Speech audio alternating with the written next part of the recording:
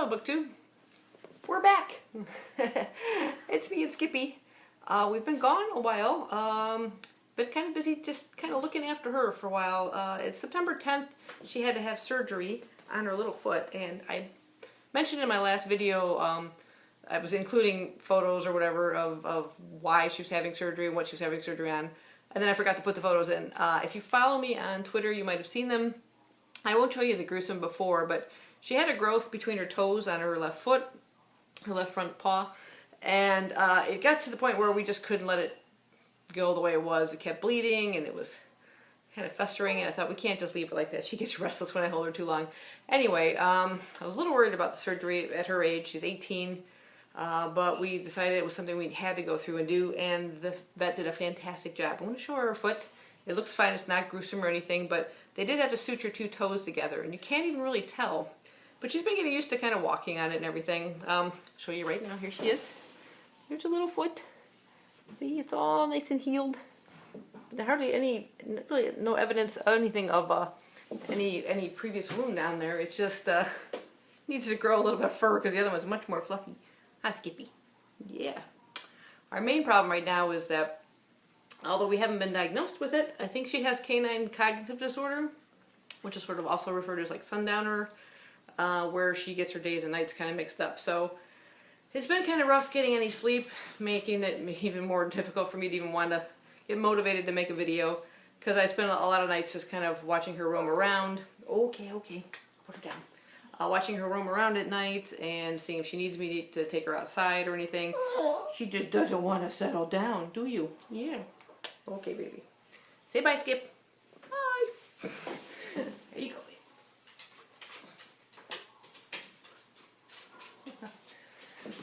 So, although I'm filming this from my bedroom, usually, I have not really slept in here since her surgery. I actually have a small mattress we borrowed from a spare room and put it in the living room, and I'm like sleeping on the floor next to her pillow. So it's been interesting, but you know, you gotta do what you gotta do. Anyway, but otherwise, you know, for 18-year-old, she is really quite healthy. It's just we're having to deal with this, and the sleeplessness now is our main thing, and the restlessness and a little bit of anxiety. So dosing her up with melatonin at night at the vet's suggestion, and we're seeing how that goes. We have good nights, we have bad nights, so that's just the update for Skippy. In terms of reading and stuff, I'm going to kind of throw in what I'm reading as I go along with this book haul. I've been sitting on these books for probably a couple months, the accumulation of what I've hauled over the past months, and I just haven't got around to filming this video. So just to catch you up on what I have here, one of the books I recently purchased was Labyrinth of the Spirits by Ruiz, Zafón. I just finished reading this, actually in the audio format, because I had started wanting to read through all of his books, and I had previously read the first two in this series of Cemetery of Forgotten Books, books of 4 series. 4 books in the series. I could talk. And I had read the first 2 quite some time ago, wanted to revisit them before I read the rest of them, and so I started listening to them audio. I kind of got caught up in the audio versions, I like the narrator, and so I just continued listening to them all. So I just completed the entire set, which began with Shadow of the Wind. And this one starts out in 1945 Barcelona. Daniel Sempere is at the time, I think he's like 10 years old. He's kind of forgotten what his mother's face looks like. He's very upset.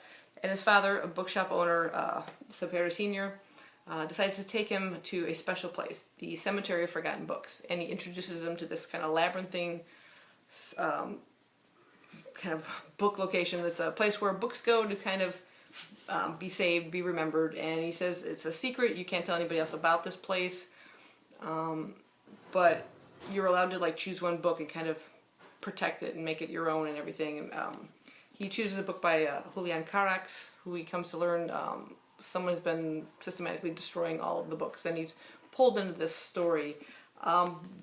This is just amazing. When I first read it, I shared it with my other fellow booksellers. We all have loved it, and I can't recommend this highly enough, but it made me want to read the next one, and I did read that, well, like I said, quite some time ago, which was Angel's Game.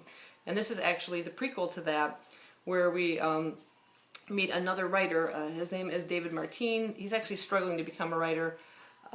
He's first writing journals and things like that, and then he's approached by this mysterious publisher to write some sort of religious text, and his name is Andreas Corelli, but there's some question as to whether Corelli actually exists, or if Martina is slowly going insane. As you're kind of reading this book, you're constantly questioning that.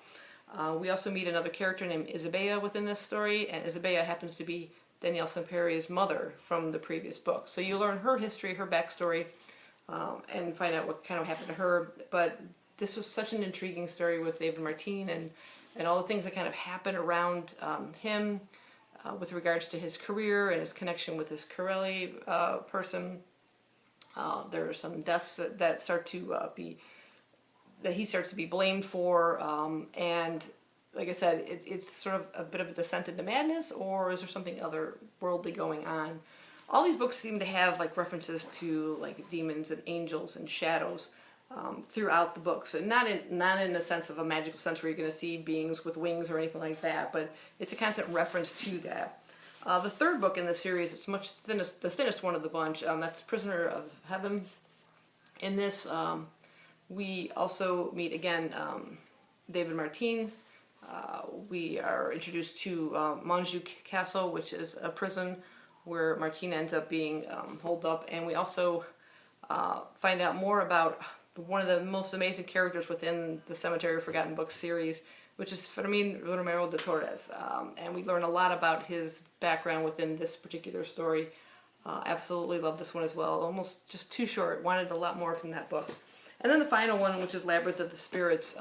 Whereas the other three seem a bit more literary fiction, this one seems much more of almost a thriller, a mystery within it. Alethea Grease is a character that features very heavily in this. This is an acquaintance of Fermin from... He knew like her parents, they both died, and he is sort of feeling responsible for her. He goes to meet up with her, actually inform her of her father's death, and it's right during like the start of the Spanish War, and then there's like a bombing, and they become separated, and each kind of believes the other dead. And then we meet Alethea, now grown, and she's kind of working for like the secret police, and she's on an investigation for a missing person who's sort of connected to Montjuic Castle, the prison, and she, along with a police detective named Vargas, are on this investigation through it. But it pulls up so much from the past and these characters that we have kind of become attached to within the rest of the series, and this was just fantastic. Like I said, it's a bit of a different feel to it, a little bit more of a mystery than the literary fiction, but the characters are so richly detailed. The plot twists and things just are jaw-dropping, and I can't recommend the series highly enough. I also have... he began writing, actually, as a young adult writer, and the books that he wrote during that time, a trilogy that I'm about to show you, were actually tied up in some kind of legal dispute for some time. They were published in like 93, and then the English translations didn't come out till 2010. And all his books seem to be translated by the same person. English translations, let me get the name. It's Lucia Graves. Anyway, they were tied up in some kind of legal dispute for some reason, and finally became available in 2010. I've literally been sitting on this book one, The Prince of Mist, for at least a decade, and hadn't read it, because I thought, I'll read it when I get all three of the books. And once I started getting back into his writing and getting so just drawn in, that I decided now's the time to search out those other items. So here's book one, and then I ended up getting book two, The Midnight Palace, and book three, The Watcher in Shadows. I'm just going to read you a little synopsis of the back of this one. It says it's wartime, and the Carver family decides to leave the capital city where they live and move to a small coastal village. But from the minute they cross the threshold of their new home, strange things begin to happen. In that mysterious house lurks the spirit of a young boy who died by drowning. Max and Alicia Carver begin to explore the strange circumstances of that death and discover the existence of a mysterious being called the Prince of Mist, a diabolical character who has returned from the shadows to collect on a debt from the past. Shadows again, interesting. Seems to be a recurring theme. It says, with the help of their new friend Roland, the Carvers soon get caught up in an adventure of sunken ships and enchanted statues, an adventure that will change their lives forever. So I'm looking forward to getting into these three as well. But before I delve into another series by him, I'm going to read the one standalone that I happen to have, and this is just called Marina. It's a gothic tale. I get the impression this is also a young adult book, but I'm not certain. It doesn't really say anywhere on there. I'll just read the synopsis on this one as well. It says, when 15-year-old Oscar Drudge? I'm not sure how to pronounce that last name. See if you can see that. Oscar or something. Anyway, Oscar. When 15-year-old Oscar suddenly vanishes from his boarding school in Barcelona, no one knows his whereabouts for 7 days and 7 nights. His story begins when he meets the strange Marina while he's exploring an old quarter of the city. She leads Oscar to a cemetery where they watch a macabre ritual that occurs on the last Sunday of each month. At exactly 10 o'clock in the morning, a woman shrouded in a black velvet cloak descends from her carriage to place a single rose on an unmarked grave. When Oscar and Marina decide to follow her, they begin a journey that transports them to a forgotten post-war Barcelona, a world of aristocrats, actresses, inventors, and tycoons, and reveals a dark secret that lies waiting in the mysterious labyrinth beneath the city streets. Interesting, another labyrinth. I wonder if that was like kind of a precursor to his idea for Shadow of the Wind. Well, yeah, really interested in checking that one out. That'll be the next Zafón book I read. Moving on, I picked up just an Italian novel. I wanted to kind of read more Italian works, and this is one I'd heard about before. This is The Day of the Owl by Leonardo Sciascia, and it's basically just a murder mystery with the mafia. Man shot dead as he runs to catch a bus in the piazza of a small Sicilian town. The printing is like orange on gray. Who can read this? Anyway, so yeah, it's just a kind of a murder mystery with the mafia. Really slim little volume, but I'm interested in checking it out. And then another otherworldly kind of international novel here. This is Real World by Carino Natsuo. I'd read Out quite some time ago, a really intriguing murder mystery. That was creepy. It was fantastic. Just sucked me in. This is a tiny little mass market that I happened to come across. It looks very similar to the cover of Out. Apparently this publisher liked the same kind of theme, but I'll just read the back to you on this one as well, because I don't really know much about it or remember. I never really heard about it. It just says, in a suburb on the outskirts of Tokyo, 4 teenage girls drift through a hot, smoggy August and tedious summer school classes. There's dependable Toshi, brainy Tarachi, Yuzan, grief-stricken and confused, and Kirarin, whose late nights and reckless behavior remain a secret from those around her. Then Toshi's next-door neighbor is found brutally murdered, and the girls suspect Worm, the neighbor's son and a high school misfit. But when he disappears, having stolen Toshi's bike and mobile, the 4 girls become irresistibly drawn into a treacherous vortex of brutality, seduction, which rises from within themselves as well as the world around them. So, Out also involved, I think it was like 4 women that worked at like a meat packing place or something, and one of the women's husbands was abusive, and they end up killing him and trying to hide the murder, and it's just, that was amazing. Anyway, so yeah, I'm looking forward to checking that one out. I picked up another manga, just my favorite manga series that I've been reading quite a bit of, and just kind of trying to catch up with whatever's out now. This is volume 24 of Blue Exorcist. This is Katsue Kato. This is about twins born, and one of them is the son of the devil. Have to find out how that whole thing works, but he has this blue flame that's within him that he can, that's sort of like the devil spirit within him. And anyway, he ends up becoming an ex-wire, a student studying to become an exorcist, which are the ones that kind of go out and battle the demons in the world that other people aren't even quite aware of. Anyway, he at first keeps that other side of him secret, but eventually cannot control it anymore or keep it hidden within him, and he's trying to find ways to use that power for good. And it's just an absolutely fantastic series, really great characters, and I love the artwork too within it. Just, you know, really great series. Highly recommend that one if you're looking for a good manga series. Next up is one I picked up because Audrey over at Perpetual Pages has been ranting about this book. They absolutely love it. They did a video. It's like 5 reasons why you need to read this book. Did an overall review of it, and I love their channel. I highly recommend you check it out. Anyway, they talked about this book called Cemetery Boys by Aidan Thomas, and Audrey described it as an own voices queer Latinx paranormal romance. That was enough for me. Sounded intriguing. I will probably butcher these names, but I will try my best. But anyway, I'll just give you a brief synopsis of it. It says, Yadriel has summoned a ghost, and now he can't get rid of him. When his traditional Latinx family has problems accepting his gender, Yadriel becomes determined to prove himself a real brujo. With the help of his cousin and best friend Maritza, he performs the quinces, I'm not sure if I'm saying that right, it's a ritual himself, and then sets out to find the ghost of his murdered cousin Miguel and set it free. However, the ghost he summons is actually Julian Diaz, the school's resident bad boy, and Julian is not about to go quietly into death. He's determined to find out what happened and tie up some loose ends before he leaves. Left with no choice, Yadriel agrees to help Julian so that they can both get what they want. But the longer Yadriel spends with Julian, the less he wants him to leave. So perhaps a little bit of a romance or bromance develops between them. So anyway, really interested in checking this out. And this is Aidan Thomas's debut novel. I think it's probably, I get the impression, like a YA novel. Moving on from there, also dealing with LGBTQ themes, queer themes, gender themes. I was looking for this particular book, Sorted, a transgender memoir by Jackson Bird. I follow Jackson's YouTube channel, Will It Waffle. I think they also have a different channel as well now, but Will It Waffle was just sort of a fun channel where Jackson would like attempt to put various things in a waffle maker and see what would happen. Totally hilarious.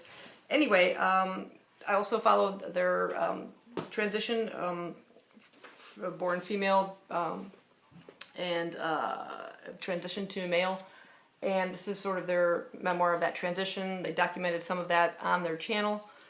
Very open about it, very informative. And that's pretty much what this is. I think it's a bit for people who aren't understanding about it, but also their own personal story. And these transgender memoirs always just seem to really fascinate me. I'm very drawn to them. And yeah, I'm looking forward to checking that one out. But in the process of looking for this one, I also came across another one, Once a Girl, Always a Boy by Joe Ivester, a family memoir of a transgender journey. And this documents Jeremy Ivester's transition from female to male. Once a girl, but always a boy. Always felt different within their body, always questioning their gender. This is what is basically told by Jeremy's mother, Jo, and she's the writer of the book, but she's telling it from her point of view, from Jeremy's point of view, through video diaries that he had left when he was unable to kind of like just talk to them, talk to his parents. He would sometimes film his feelings and stuff and then share those videos with his parents. Also, Jeremy also has I think they're both older brother and sister. And sometimes it's told from their point of view as well. Actually, he has two brothers and a sister, yes. I think the one brother is younger. Anyway, so you get a multiple perspective of an entire family as they are coming to terms with this new identity, this what new to them, but not new to Jeremy, obviously. Although he is questioning it as he goes along, whether at first he feels non-binary, and asexual, and agender, aromantic, and just how constantly just finding themselves, I guess, and their comfort, and it's definitely a book about acceptance and the way this family accepts him as their son, their brother. It's just a beautiful story. You wish every outcome was like this. It was just very well written, very informative for people that, again, don't know what it's like to question their gender. I found it very moving, and I really highly recommend it if you're interested in these types of stories, or just want to become a better ally, or just better understanding. Highly recommend it. Next up, I got huge manga. I read this trilogy before, written by somebody else or illustrated by somebody else, based on a novel, and it's based on a novel by Osamu Dazai. It's No Longer Human. I don't remember who illustrated the original one. I know it was somebody else because the illustrations are completely different.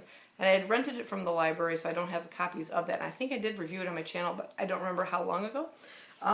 But the one I have now is illustrated by Junji Ito. He's like the master of horror. And this is kind of a story of, well, it's really rather sad. Let me see if I get the description of the book here. Okay. I'll just read it to you. It says, "Mine has been a life of much shame. I can't even guess myself what it must be to live the life of a human being. Plagued by maddening anxiety, the terrible disconnect between his own concept of happiness and the joy of the rest of the world, Gyozu Oba plays the clown in his dissolute life, holding up a mask to those around him as he spirals ever downward, locked arm in arm with death. Osamu Dazai's immortal and supposedly autobiographical work of Japanese literature is perfectly adapted here into a manga by Junji Ito. The imagery wrenches open the text of the novel one line at a time to sublimate Yozu's mental landscape into something even more delicate and grotesque. This is the ultimate in art by Ito, proof that nothing can surpass the terror of human psyche." This is a description of Osamu Dazai. It says he was born in northern Japan in 1909, the son of a wealthy landowning family. During his boyhood and youth, he wrestled with his own complicated mental state and eventually dropped out of Tokyo Imperial University's French literature department. He went on to pen a number of important works and became one of the leading voices in contemporary literature, even while he struggled with drug addiction and attempted suicide on multiple occasions. In June 1948, 1 month after completing No Longer Human, considered by some to have been his own suicide note, he drowned himself with his lover Tomi Yamazaki in the canal in Mitaka, Tokyo. He was 38. So it is the basically almost like an autobiographical novel illustrated into a manga format by Junji Ito. Interested in checking out how he handles this particular story. Next up is just a sci-fi book that I came across in our nostalgia section at work. So this is a used book, and it's by an author I really enjoy reading. This is by John Wyndham. This is Out of the Deeps. He's the author of, I'm blanking out now. Day of the Triffids. Also, I think I have another one of his back here, which I haven't read yet. The Chrysalids, and I think Chalky, and he wrote a couple other ones too. Yeah, well, there's the Day of the Triffids. I read that one not so long ago. That was great too. But I'm interested in this one. This is more of a sci-fi invasion kind of thing. Seems like deep sea is involved. 4/5 of the Earth's surface is water. Who could know what menace might one day come forth from it? A deep sea probe investigating unexplained ship sinkings disappeared. People get nervous when the authorities resorted to depth bombing in retaliation against the unseen menace. The situation turned critical. The aliens attacked. First there was a worldwide blockade of the oceans, then an invasion of islands and low-lying shorelines by creatures man had never seen before and didn't believe existed. Then man fought back and the alien assault was repelled. At least that is what everyone believed. Only wide-eyed doomsayers, Bakker for one, became alarmed at the dense fogs that began forming in the north, at the unprecedented number of icebergs pressing in from the poles, and the slow rise in the world's sea level. So, alien invasion, but apparently from within the deeps of the sea. So, looking forward to checking that one out. In terms of what I'm currently reading, I am still reading Pandemic. Yes, I have not pushed too far forward with that. I don't know why. I guess reality is enough for me right now, but I'm on page 200, so I have read a little bit more. I'm also reading on a lighter side, Reading Up a Storm. This is like the third book by Eva Gates in the Lighthouse Library mystery series. I'm about right there. Lots of people seem to turn up dead around this this lighthouse. So yeah, I'm enjoying that one so far. And then I'm also picked up or borrowed a graphic novel series from work. And I'm not sure if this is all of them. I haven't been able to find out. I kept finding like omnibus editions, so it didn't tell me how many like of these editions would be available. So anyway, it's called The House of Mystery. Who's the author? It's looks like different authors. For the most part, Bill Willingham is like the creator of it, I think. But there are other people like contributing to it from what I see according to this. Anyway, I've got 8 volumes of it. And you'll see stickers over it because it's still priced for, because I'm only borrowing it from work. But that's volume 1, which I finished. Volume 2, which I also finished. Volume 3, I'm currently reading. It just got great covers, and I mean, House of Mystery just intrigued me right off the bat. That's kind of gruesome. There's volume, was this 5? Volume 6. 7. And volume 8. And there's like a lot of stories within stories here. There's a woman who keeps dreaming, what's her name here? I forgot now. Where are you? Of course I forget the main character's name right now. Brilliant. Anyway, our main character, she keeps dreaming about this house. She also becomes an architect. She ends up like in her head like building the house bigger and bigger till eventually somehow either trapped in her dreams or something she is brought to this house, and now she's trapped in this house. There's like Harry the bartender, there's a pirate, there's a poet, drama queen, there's all these really crazy characters, including some that are quite human, it seems like. Anyway, she tries to escape and get out of this, but there doesn't seem to be a way to get out. She's somehow tied to this house, trying to get past the gate. You can't, you find yourself back in the house again. It's very weird, very strange. But anyway, Harry, who ends up being the bartender at this place, people come in, they to get, you know, drinks are free as long as you share a story. So you get a lot of these stories within here, and then the artwork changes and it's like someone else is doing the story. Sometimes they seemed a bit disjointed, but they were also very entertaining. So there's a little hit or miss with that. But there's an underlying story of this mystery of this house, and how do people come to be there? How did they become trapped there? What is her tie to it? Her father shows up in book 2, which is intriguing as well.